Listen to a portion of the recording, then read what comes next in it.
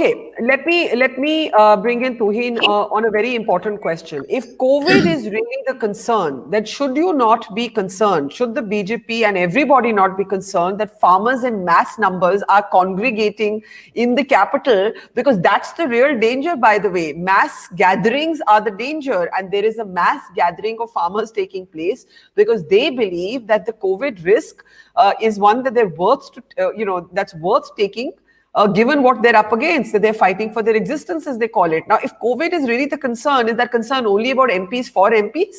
Or is also COVID concern about citizens? Because if COVID is really the concern driving this decision, then isn't it better, Tuhin, to hold a one-day session of Parliament, address the farmers' issues, and so that they're not exposing themselves to COVID? Is COVID really a concern for the government? So as far as the protests of the farmers are concerned, we have been continuously engaging with them from the 3rd of December. We have given them certain assurances that they still continue to come in large numbers. And mind you, many of them are large landowners. Many of them are intermediaries. They're not farmers. So it is their choice. When it comes to Parliament, again, I have explained, when there was a discussion on the farm bill, when the bill was being presented, most of the parties, most of the opposition parties, most of the parties who are protesting now were not to be seen in Parliament. So that has been a pattern, that has been a tendency for a very long time. They just use the Parliament session to browbeat. We have never shied away from a Parliament session, but they use it for not having a Parliament session to browbeat the government.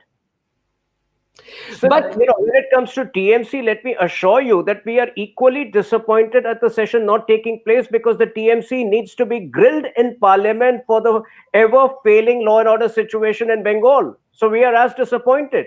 And finally, let me also remind you that given all the other countries, especially the larger countries, when you look at US, if US is still reporting 3,000 deaths today, if we have come down to less than 30,000 cases, which is what the number used to be in June, you somewhere need to credit the government for the way we have controlled the pandemic. And I think you need to trust the government when we say that in a month's time, and a full-fledged session, the budget session is going to take place, which will address many of the bills, where all the bills which have been pending will come up for discussion.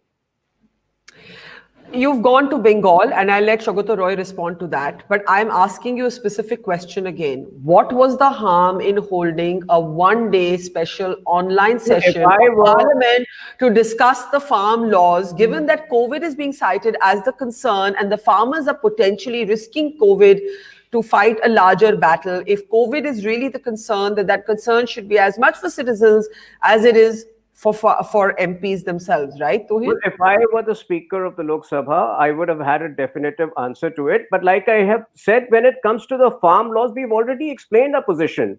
There will be no going back on it, because the reforms have been pending for the last 15 years. They have been promised at some point of time or the other by all political parties. Yes, there will be amendments which have been discussed, but if the farmers, and again, mind you, all of them are not farmers, if they insist that they will not bend down on anything less than the entire act being repealed, that is unfortunately something we can't let happen.